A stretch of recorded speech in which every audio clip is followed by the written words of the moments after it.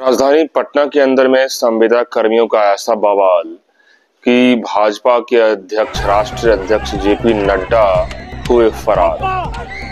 नमस्कार मित्रों, मैं हूं बीपू कुमार झा और आप देख रहे हैं मास इंडिया। जिस तरीके से बिहार में लगातार कई दिनों से, कई सप्ताह से ये सर्वेक्षण कर्मी, संविदा पर रहने वाले, काम करने वाले सभी कर्मचारी लगातार बिहार सरकार को चेता रहे हैं, कह रहे हैं, धरना पे लगातार अनशन पे थे, अब बस सीधे उग्र आंदोलन में आ चुके हैं। उग्र आंदोलन इसलिए किया जा रहा है इन सर्वेक्षण कर्मियों का, क्योंकि पहले तो इन्होंने शांतिपूर्ण धरना दिया बिहार में, राजधानी के पटना के गर्दनी बाग में। जब शांतिपूर्ण आंदोलन देते थक गए ये लोग, तो इन्हें लगा कि अब क्या करना चाहिए, अब ये सरकार तो सुनने वाली है नहीं। यानी कि सरकार, शांतिपूर्ण धरना करने वाले जो भी लोग होते हैं उनको सरकार नहीं सुनती है। ऐसा बिल्कुल इन लोगों के साथ हुआ, क्योंकि आमरण अनशन, भूख हड़ताल सब जो है हो चुका, लेकिन सरकार के कानों में जू तक नहीं रहेगा। ऐसे में ये सभी सर्वेक्षण कर्मी सोचे कि अब करे तो करे क्या, सरकार तो इसे सुनने वाली नहीं है। और फिर अंतिम में कहते हैं ना कि जब आदमी सड़क पे लाचार बेबस पड़ा हो तो वो कुछ भी कर सकता है। तो ये सभी नौकरी करने वाले संविदा पे सर्वेक्षण कर्मी लाचार हैं, ये बेबस हैं, ये आतुर हैं कि आखिर इनके साथ जो हो रहा है ये सही हो रहा है या गलत हो रहा है। ये कहीं ना कहीं पूरा बिहार में सुर्खियों में बना हुआ है कि आखिरकार पुलिस वालों का ऐसा डंडा चला कि जैसे मानो कि सर फट जाए, डेथ हो जाए, उन्हें कोई पता नहीं है। ये हालत है बिहार के नीतीश कुमार और नीतीश की पुलिस का। लेकिन अब हम बात करने जा रहे हैं कि जेपी नड्डा, राष्ट्रीय अध्यक्ष भाजपा के, वो कैसे हुए फरार, क्यों हुए फरार, कितनी डर है उनको, आखिर बिहार में चल क्या रहा है और नेता लोगों का हालात क्या है। बिहार के नेताओं का हालात इतना गिर गया है कि जितनी ही चर्चा की जाए उतनी ही कम है। यदि बिहार के जो भाजपा कार्यालय है वहां पे जेपी नड्डा की मीटिंग होने थी, क्योंकि चुनावी वर्ष है और चुनावी वर्ष में लगातार मीटिंग का दौर तो जारी ही है। ऐसे में भाजपा के जितने भी तमाम बड़े नेता हैं, दिलीप जायसवाल हो, विजय सिन्हा हो, सम्राट चौधरी हो, ये सभी नेता मीटिंग फिक्स किए, लेकिन मीटिंग जो है इनका नाकाम हो गया, क्योंकि भाजपा दफ्तर के सामने तकरीबन 10,000 ऐसे सर्वेक्षण कर्मी गेट के बाहर रास्ता जाम कर दिए। और जेपी नड्डा का मीटिंग था, लेकिन ये तो उल्टा पड़ गया। ये सभी सर्वेक्षण कर्मी तकरीबन कई घंटों से कार्यालय को ही जाम कर दिए। अब जेपी नड्डा जाए तो जाए कैसे, करे तो करे क्या, या फिर जेपी नड्डा के जो नीचे तमाम भाजपा के नेता है वो अब असमंजस में, अब क्या करेंगे। अब या तो जेपी नड्डा को डायरेक्ट बताएंगे तो ये भी उचित नहीं है, या फिर इन्हें ले आएंगे तो ये भी उचित नहीं है। यदि ले आएंगे तो फिर तो मुश्किल में फंस जाएंगे जेपी नड्डा। तो जब जेपी नड्डा मुश्किल में फंसेंगे, इससे बचाने के लिए किया क्या जाए, तो फिर भाजपा वालों ने जो राजधानी यानी कि स्टेट गेस्ट हाउस में इमरजेंसी मीटिंग करवाने की सोची, और इमरजेंसी मीटिंग करवा करके जेपी नड्डा का जान बचाया गया। क्योंकि एक दिन पहले ही सड़ फाड़ दिया गया यही सर्वेक्षण कर्मियों का। एक दिन पहले ही हिंसात्मक लाठीबाजी चलाई गई, और हिंसात्मक लाठीबाजी में कई लोगों का जान भी जा सकती थी। लेकिन नीतीश की पुलिस तो बेलगाम है। नीतीश की पुलिस तो, उन्हें कोई लॉ एंड ऑर्डर को पता नहीं है, कोई कानून की पता नहीं है, उन्हें कोई समझ नहीं है कि कैसे लाठी की वार की जाती है बिहार में, इन्हें कोई समझ नहीं है मित्रों। लेकिन सवाल ये है कि आखिरकार भाजपा नेताओं का चल क्या रहा है, भाजपा नेताओं कर क्या रहे हैं, भाजपा नेताओं में ये हालत कैसा है, ये कितने गिर चुके हैं।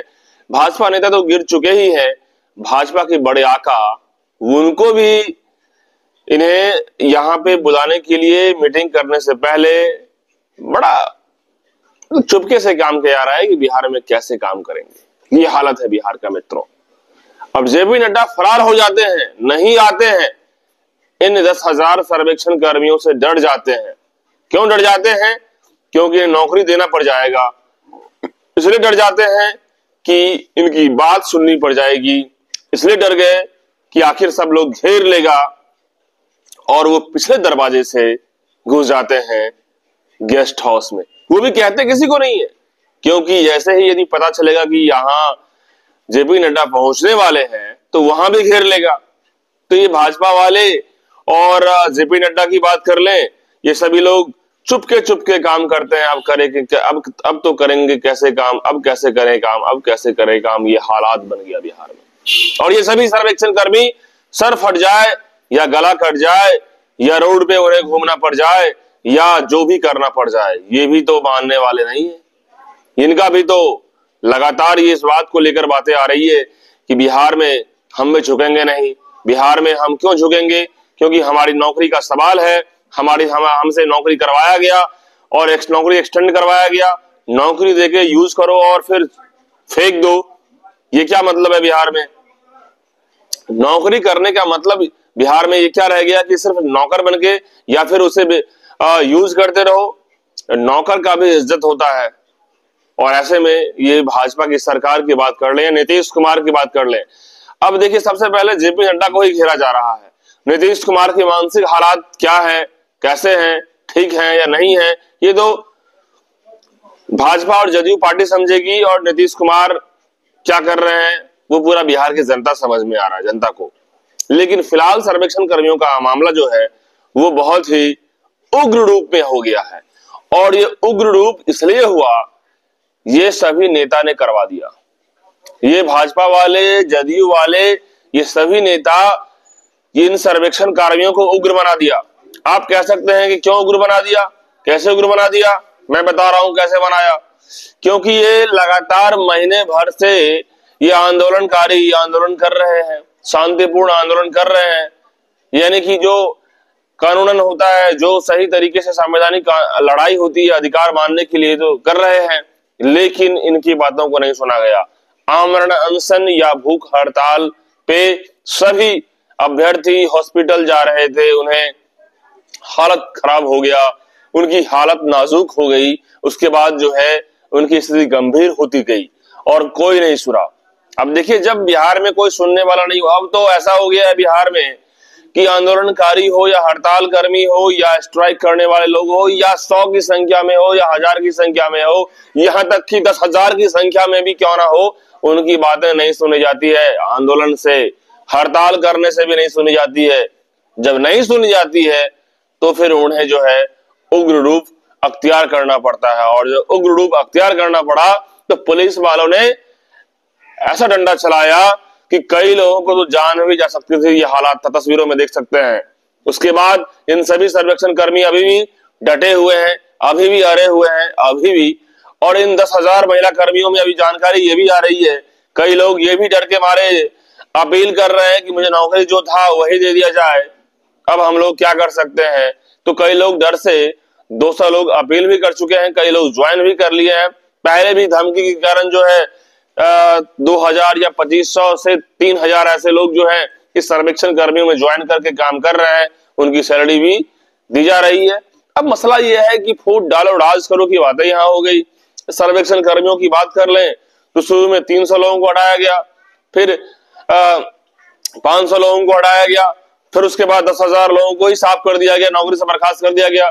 उसके बाद ये सभी सर्वेक्षण कर्मी अपनी बातों को धरना स्थल के जरिए रख रहे थे। लेकिन अब देखने वाली बात यह हो गई कि कुछ दिनों के बाद आचार संहिता लगेगा तो सभी को हटा दिया जाएगा वहां से। उससे पहले ये सभी के सर्वेक्षण कर्मी सोच रहे हैं कि या अब हमारे पास एक ही उपाय है कि हम जहां तहां घेरते जाएं, मंत्रियों को घेरते जाएं, क्योंकि जितने भी मंत्री हैं, कई वरिष्ठ अधिकारी या सीनियर अधिकारी या भूतपूर्व अधिकारी कहते हैं कि ये सभी भाजपा के मंत्री हों या उनके सचिव हों, ये सभी प्यादा हैं, ये लोग कुछ नहीं कर पाएंगे, करेंगे तो सिर्फ और सिर्फ नीतीश कुमार ही करेंगे।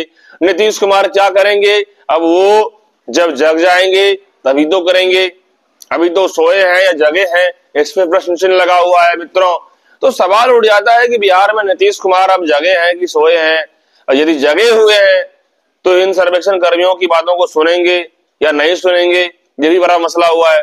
क्योंकि जिस तरीके से सिलसिला बढ़ता जा रहा है बिहार में सर्वेक्षण कर्मियों का, कहीं ना कहीं आसान तो नहीं है, मुसीबत में सरकार को भी डाले हुआ है, और सरकार अपने पुलिस तंत्र से लाठी चढ़वा करके कई लोगों का सर को जो है फट गया है। और ऐसे में सवाल उठ जाता है कि बिहार में चल क्या रहा है। अब देखिए मित्रों, नीतीश कुमार अब बिहार में इस चुनावी जंग को देखते हुए इन सभी को नौकरी दे पाएंगे या नहीं देंगे, ये बड़ा सवाल बना हुआ है। क्योंकि आचार संहिता लगने वाली है, आचार संहिता लगने से पहले इन सभी लोगों का क्या हश्र होगा। अब ये लोग या तो डर जाएंगे या लोग क्विट कर देंगे या फिर बने रहेंगे, ये भी प्रश्न चिन्ह बना हुआ है।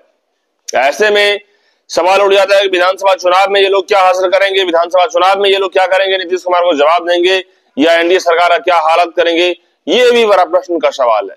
लेकिन उससे पहले ये लोग जिस तरीके से सोच रहे थे कि हमारी बात को आसानी से या शांतिपूर्वक सुना जाए, नहीं सुना गया सरकार के द्वारा। उग्र आंदोलन, उग्र रूप जो है इन लोगों को करना पड़ा, जिसके कारण जो है बवाल हुआ।